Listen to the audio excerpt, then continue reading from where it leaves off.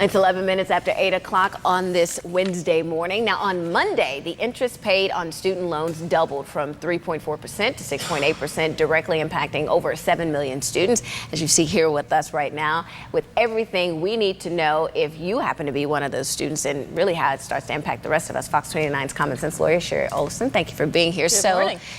Exactly what happened? Well, here's the thing. This is one more example of the problems we're having trying to balance the federal budget. Because subsidized student loans are available to folks who want to go to school, that means that the loan is available at a lower interest rate. The government picks up the difference. Well, when we wanted to cut that expense last year, that decision was postponed until this year, and it automatically went into effect on Monday. So student loan rates for these subsidized loans doubled. Now, Keely, Congress may go back and change it even retroactively, but the point is that it highlights the problems we're having with student loans in general.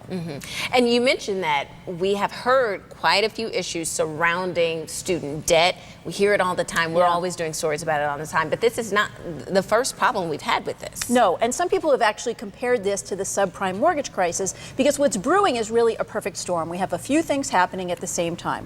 First of all, we have the cost of tuition just skyrocketing compared to historical rates. At the same time, the money that folks used to count on to pay for tuition has disappeared, home equity and savings and things like that. So we've got most students borrowing. At the same time, though, we've got bad economy and those kids getting out of school and not only not being able to get a good job, but sometimes not even being able to get a job at all. And so paying those loans is a problem. And at the same time, we have the private industry going into the business of making those loans and now even trying to help the students collect the debt with debt settlement companies in the private industry. Which leads us right into the next question. This is a trickle-down effect. We feel like, oh, hey, I'm out of college, or my student loans, or this or that, or I'm not even worried about student loans, but it starts to impact the rest of us. How so? Absolutely. Well, students who are facing these problems, if it's a federal loan, you can call the Federal Student Loan Assistance number. You can call go to the Borrower Assistance website. Private loans, you go to the Consumer Financial Protection Bureau website. But the impact on the rest of us is because here's what's happening. These kids are getting out of school. Normally, our next generation would be huge spenders in our economy. So they'd be helping the local economy, they'd be buying homes,